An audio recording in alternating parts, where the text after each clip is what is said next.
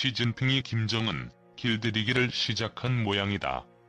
단둥에서 신의주를 잇는 1km가 채 미치지 못한 조종의교를 수리한다고 소식통이 전하고 있다. 하필 소환이 다가오는 강추위의 강을 보수한다는 것은 적어도 올 겨울은 미적미적 교량을 막아놓을 모양이다. 김정은이 시진핑이 보낸 특사를 홀대한 데 대한 길들이기인 모양이다.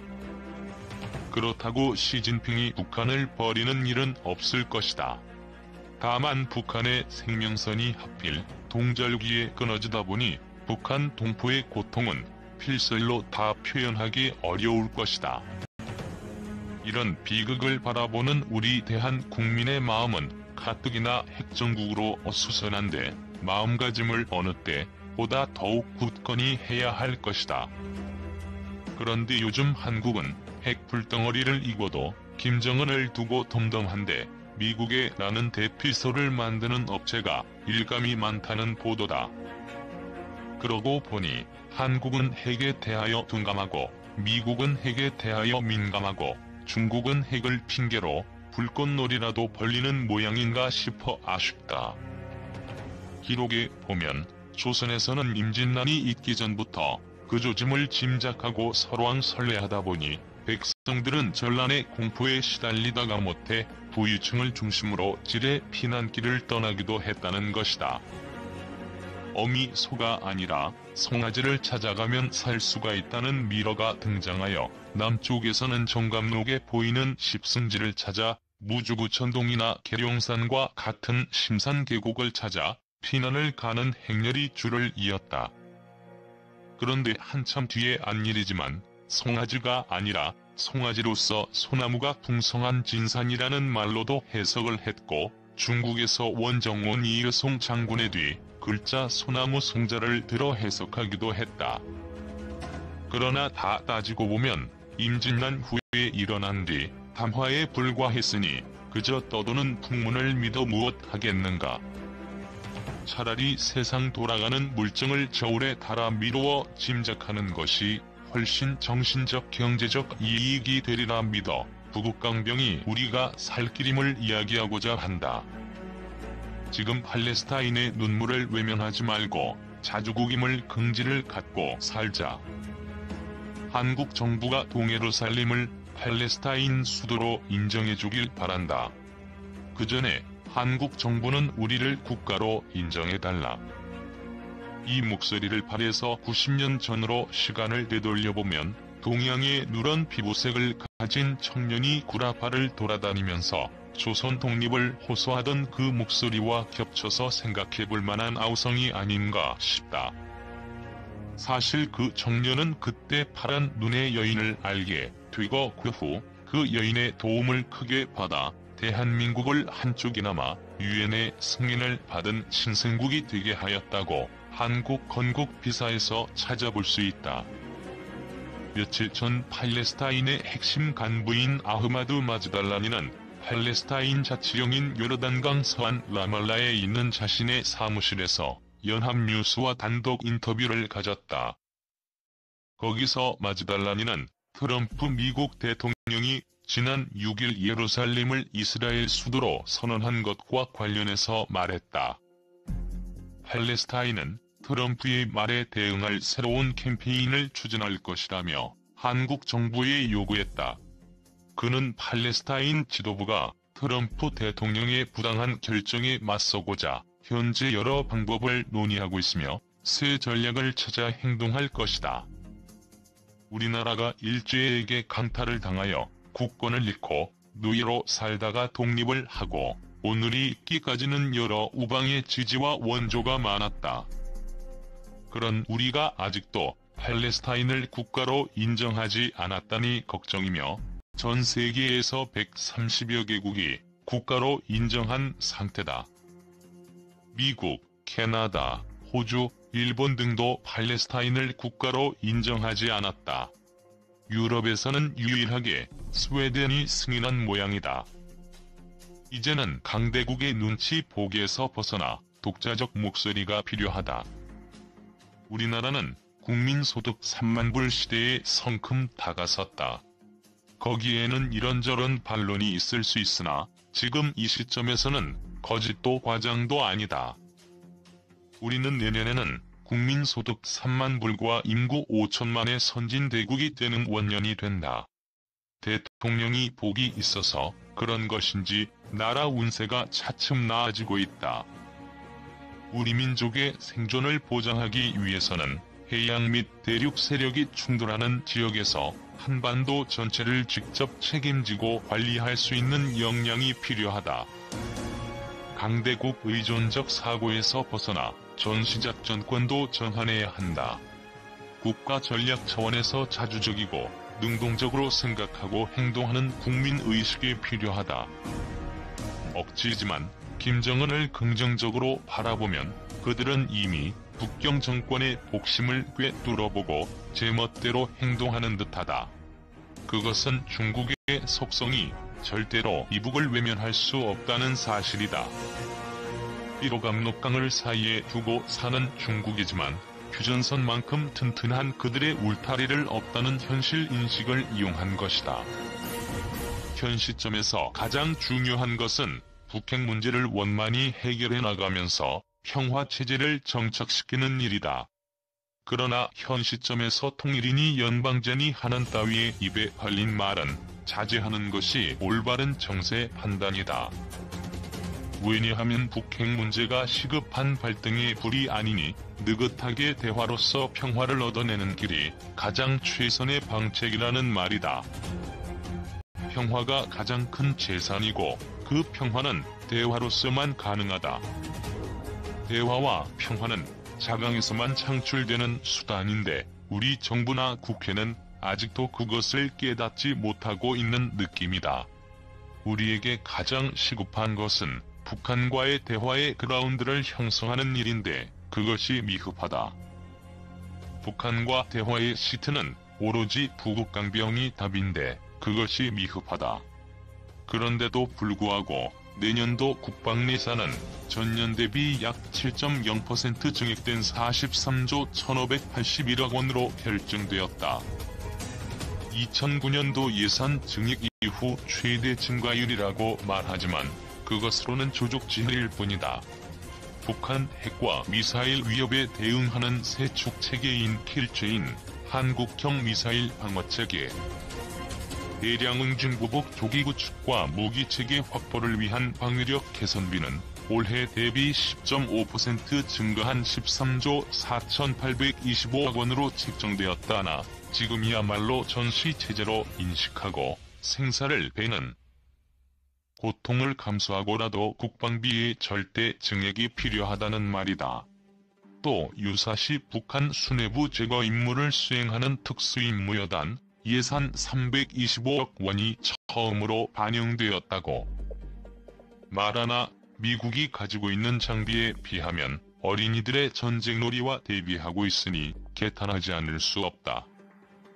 우리는 국방에 있어서 유비무환을 이야기하면서 이율곡의 10만 강병론을 회자하지만 이 이야기도 그저 지나가는 이야기일 뿐 실제로 효정의 북벌 준비 이외에는 조선조 이후 국방대책이 너무나도 허술했음을 알아야 한다. 우리와 사촌쯤 되는 민족국가의 칭기스칸이나 누레하치가 다 같이 세계를 정복하는데 10만 기마병 양성으로 가능했다는 이야기는 두고두고 우리가 반면교사를 삼아야 할 역사적 진실이다. 헌데 문재인 대통령의 선거 공약에 든든한 국방을 구현하고 국방개혁을 추진하기 위한 적정 예산을 확보한다고 해서 금년의 예산에 기대를 가졌는데 역시나 이었다. 크게 진전된 것이 없는데 그런 것을 두고 참 잘된 예산 편성이라 말하는데 과연 그런 것인지 묻는 것이다. 지금 우리의 형편은 모든 국민이 다 아는 바와 같이 북한의 핵과 미사일 문제로 나라가 안보 위기에 빠져 있다. 북한은 화성 15호를 발사한 후 핵을 완성했다고 발표했다. 한미 간에는 한미공군연합 공중훈련인 비질런트 에이스가 4일부터 계속되고 있다. 미국의 전략 폭격기 B-1B 랜서와 스텔스 전투기 F-22 랩터 6대를 포함해 2-3초기 경보기, F-15K 등 항공기 230여 대 등이 참가하고 있다. 중국도 이를 의식해 대응 훈련을 하였다. 미국은 북한의 해상을 봉쇄하는 문제까지를 거론하며 선제 타격을 하겠다며 압박하고 있다. 중국은 대화만이 유일한 해결 책임을 강조하며 해상 봉쇄는 거절했다. 위에서 언급한 바와 같이 중국의 북한에 대한 입장이 순망치하는 결코 당할 수 없다는 입장이고, 보면 남은 문제란 대화를 통하여 화평을 얻어내는 것이다. 그 대화의 순서란 미국과 북한의 대화가 선행되고, 그런 가운데 우리는 중국과 미국의 양해하에 핵을 가지면 된다.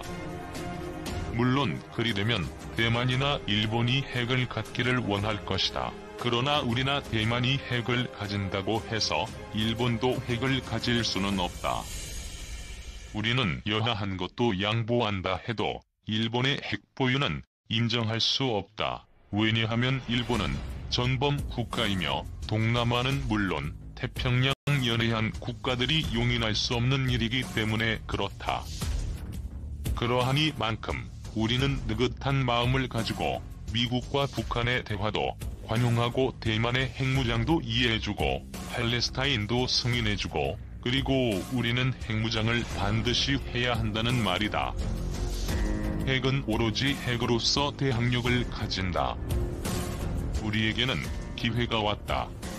지금이 정확히 말해서 핵을 가질 대명분이 선 기회이다. 하늘이 보호하사 대한민국이 핵을 가지고 자강할 수 있는 기회가 도래했다는 말이다. 지난 70여 년 동안 이룩한 과학기술력과 사회적 다양성에 기초한 체제 통합 능력이 그것이다. 이제는 흔들리지 않는 우리의 보편적 가치인 자유민주주의와 시장경제의 정착도 도움이 된다. 어집어 해방 70년이다. 지금 대한민국의 저력은 어떠한 난관도 전화위복의 계기로 만들어낼 수 있다. 이런 국민 모두의 열정과 탄탄한 체제를 바탕으로 북핵 위기를 슬기롭게 넘겨야 한다. 오로지 대화를 통하여 평화적으로 북핵을 극복하고 사랑하는 조국을 세계 속에서 인류 국가로 만들어내어야 할 것이다. 그것이 우리에게 하늘이 내린 소명인 것이며 핵을 가지라는 외침이기도 하다. 미국과 중국의 핵 경쟁 속에 낀 한국 글로벌 이슈 황인찬. 중국의 최신형 대륙간 탄도미사일 인둥펑 -41. 사거리가 14,000km에 달해 중국에서 미국 본토 타격이 가능하며 핵탄두를 10개까지 탑재할 수 있다. 사진 출처 중국 국방부 홈페이지. 세계가 부러워할 최강 무기가 있다. 들어본 적도 없는 것을 우리는 갖고 있다. 도널드 트럼프 미국 대통령은 지난달 미네소타 유세에서 대뜸 신형 무기 얘기를 꺼냈다. 워싱턴 포스트 부편집인 바브드 워드가 저서 경로를 통해 트럼프 대통령이 신형 핵무기 시스템 얘기를 했다고 밝힌 뒤였다. 이후 대통령이 기밀을 노출했다는 비판이 거셌지만 이번엔 아예 공개 석상에서 재차 언급한 것이다. 다만 신형 무기가 뭔지에 대해서는 말 안 하겠다고 입을 꾹 다물었다. 이러자 전문가 사이에선 새 무기가 러시아가 개발한 극초음속 미사일을 뛰어넘는 속도의 미사일이라거나 위력을 약화시켜 실제 사용 가능성을 높인 신형 저강도 핵탄두란 추정이 나왔다. 트럼프의 예측 불가능성을 감안하면 수십 년간 미국의 비밀리에 연구 중인 신형 레이저 무기가 성공을 거둔 것이 아니냐는 말도 나온다. 그런데 트럼프는 왜 신형 핵무기 얘기를 갑자기 꺼냈을까? 이는 최근 강해지고 있는 미국의 중국을 향한 핵무기 견제의 움직임과 무관치 않아 보인다. 미 국방부는 최근 보고서를 통해 중국이 핵탄두 200기를 갖고 있고 10년 뒤 2배로 늘어날 것이라며 중국을 압박했다. 펜타곤이 중국의 핵탄두 수를 밝힌 것은 처음이다. 찰스 리처드 미 전략사령관은 중국은 핵능력을 개발하고 있다고 했다. 또 중국이 과거 약속했던 핵무기 선제 사용 금지 입장을 신뢰할 수 없다는 기색도 내비쳤다.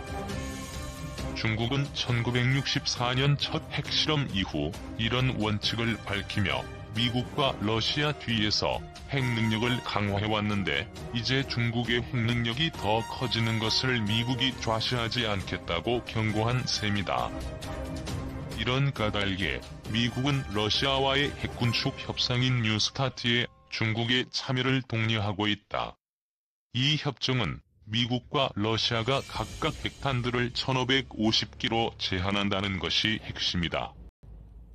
내년에 협정 만료가 돼 연장을 논의하는데 이참에 중국도 끼라는 것이다. 미국의 군축 담당 특사는 중국이 큰 지위를 얻으려면 강한 책임감을 갖고 행동해야 한다. 핵 증강에선 만리장성 같은 비밀이 더 없어야 한다고도 했다.